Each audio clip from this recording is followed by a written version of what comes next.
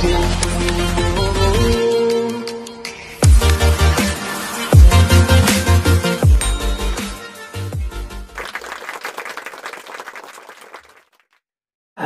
siang, kembali lagi bersama saya Agung Surya Gumelar dalam acara Beyond Education Podcast. Podcast selalu menemani hidup Anda. Menemani kehidupan Anda terkait materi motivating, coaching, dan parenting, atau misalnya ada joki dari teman-teman semuanya yang selalu kita bahas dan selalu kita bahas. Dan jangan lupa, kalau misalnya teman-teman semuanya merasa atau misalnya viewers semua di rumah ini ada sesuatu nih, kiranya ada sebuah masukan atau misalnya ada sebuah request materi, atau misalnya mau bertanya apapun itu, silahkan langsung di link deskripsi ini sudah ada itu emailnya Beyond Education Podcast. Silahkan di email saja lewat situ ya. Dan WhatsAppnya juga ada, WhatsAppnya ada, Telegramnya ada. Jadi untuk WhatsApp dan Telegram memang untuk update kita punya video dan artikel seperti itu. Tapi kalau misalnya mau chat adminnya silahkan.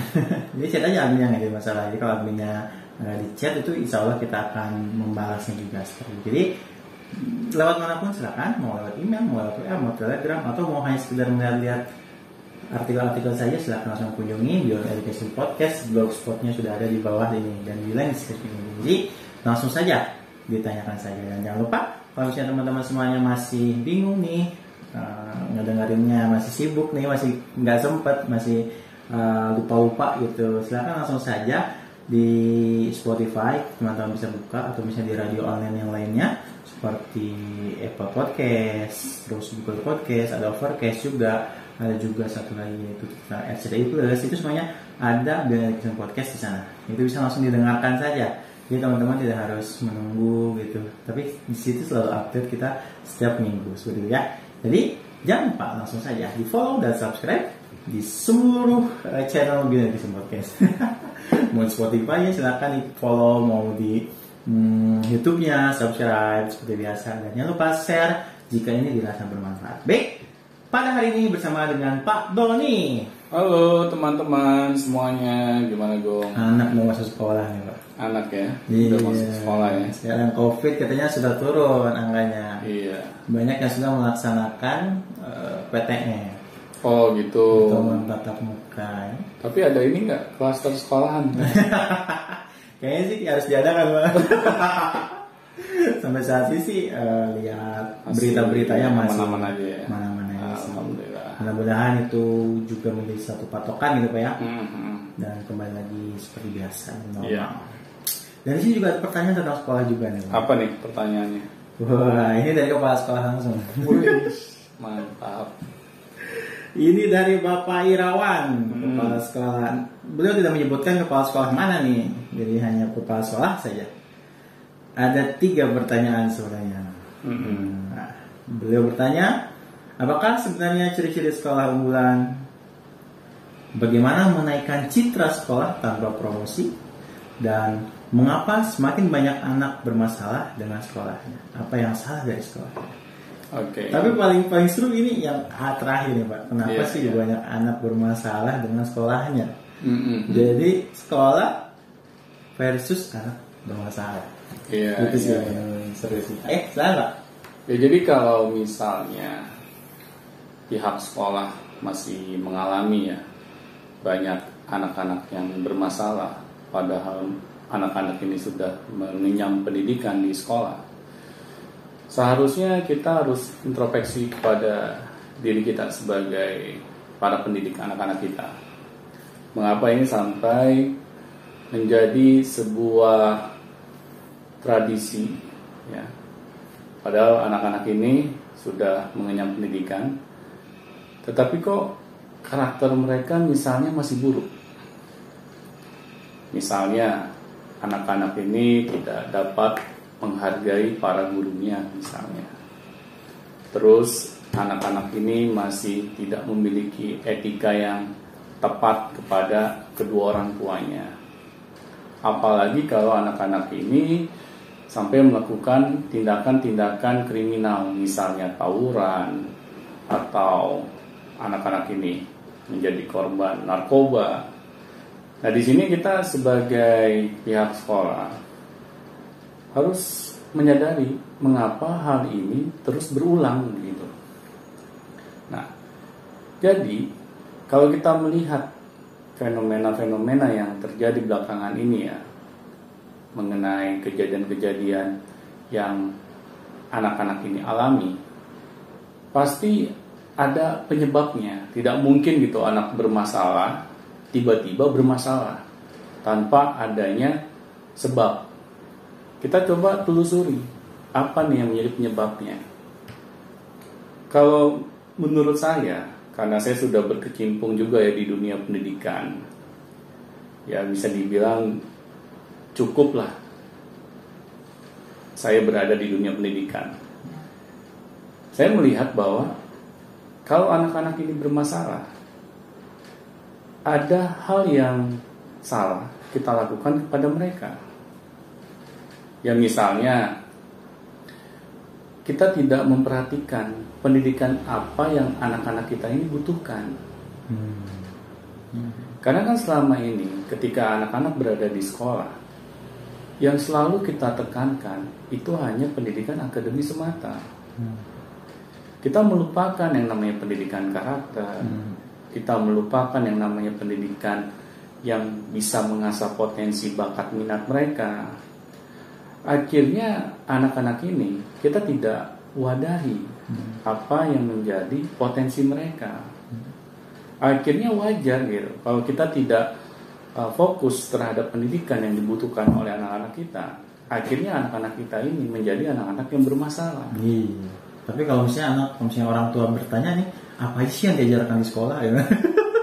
Ya paling kalau misalnya ketika anaknya bermasalah nih, apa aja yang diajarin di sekolah ya? Itu kayak lucu gitu. Iya benar, kita kayak pura-pura nggak tahu gitu.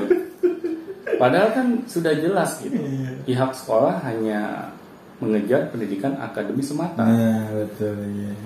Jadi kalau orang tua atau masyarakat melihat anak-anak sekolah ini sudah mengenyam pendidikan di sekolah, masih saja menjadi anak yang bermasalah, ya kita jangan kaget gitu. Jangan pura-pura nggak tahu. Iya, jangan pura-pura nggak tahu. Padahal sudah jelas ketika anak-anak ini di sekolah tidak ada yang mengajarkan pendidikan karakter buat anak-anak didiknya. Akhirnya bagaimana anak-anak ini dapat memiliki karakter yang baik? Kan anak-anak ini membutuhkan dong cara atau ilmu bagaimana dapat mereka memiliki karakter yang baik. Tetapi kalau itu tidak diajarkan, akhirnya ya jangan salahkan anak. Kalau anak tidak memiliki keilmuannya, akhirnya ya berakibat terhadap perilakunya. Nah, di sini kita sebagai para pendidik ya, dan para orang tua yang memiliki anak di usia sekolah, ini harus kita pikirkan benar-benar gitu. Jangan sampai kita lihat bahwa pendidikan karakter ini nggak penting. Yang penting akademis adalah prioritas satu-satunya yang paling penting. Benar.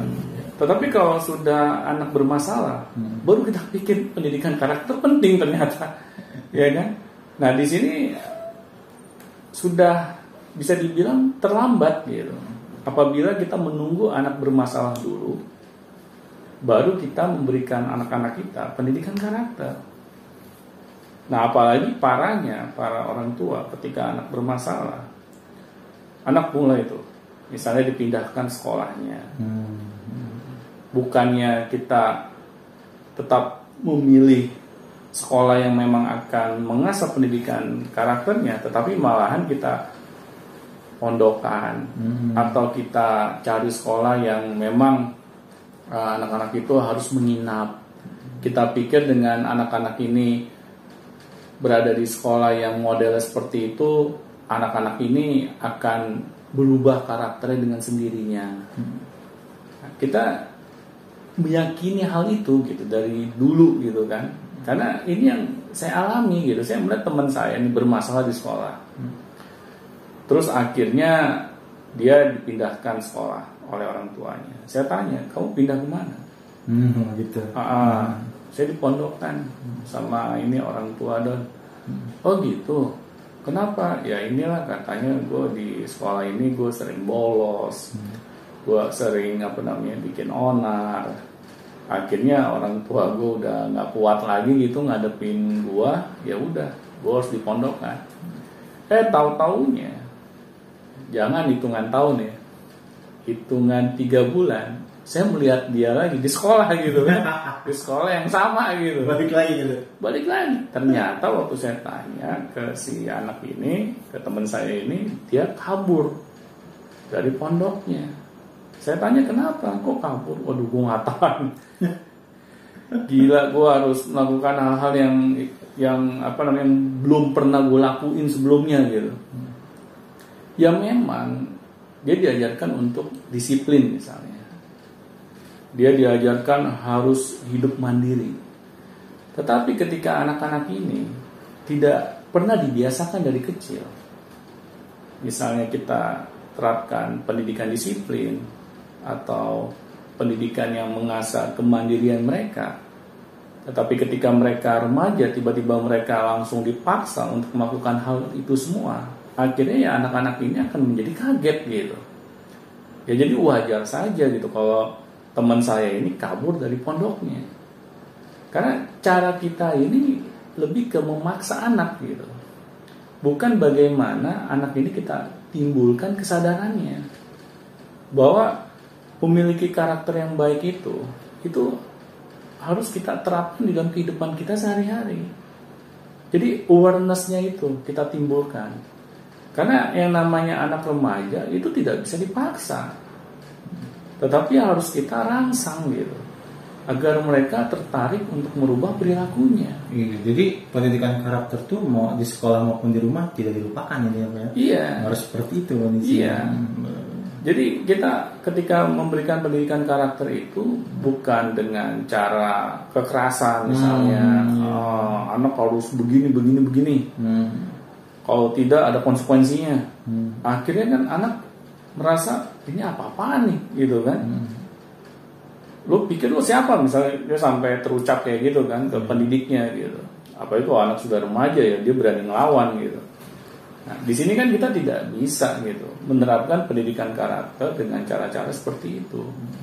Pasti anak akan melawan karena dia merasa tidak nyaman gitu diperlakukan dengan tidak baik gitu. Nah, jadi di sini ya pihak sekolah dan para orang tua itu harus menyadari gitu, pendidikan karakter itu janganlah kita samakan dengan pendidikan militer gitu. Jadi harus ada cara yang lebih baik gitu. Yaitu ya diawali ya bagaimana anak ini kita rangsang gitu untuk menyadari ada perilaku-perilakunya yang perlu diubah. Nah biasanya anak mau mengubah perilakunya kalau ada hal yang dia tuju, terutama apa yang mereka inginkan. Ya contohnya gini deh, kalau misalnya anak ada maunya kan, gitu. Tiba-tiba bisa berubah. Jadi rajin gitu kan, bangun pagi gitu. Karena ada maunya. Nah, coba kita jelaskan ke anak-anak bahwa, nah, kamu kan hidup itu kan hari ini saja. Kamu harus memiliki yang namanya cita-cita. Karena yang namanya orang tua juga tidak dapat selalu menemani kamu. Dan bapak-bapak guru dan ibu-ibu guru juga tidak bisa selamanya menemani kamu.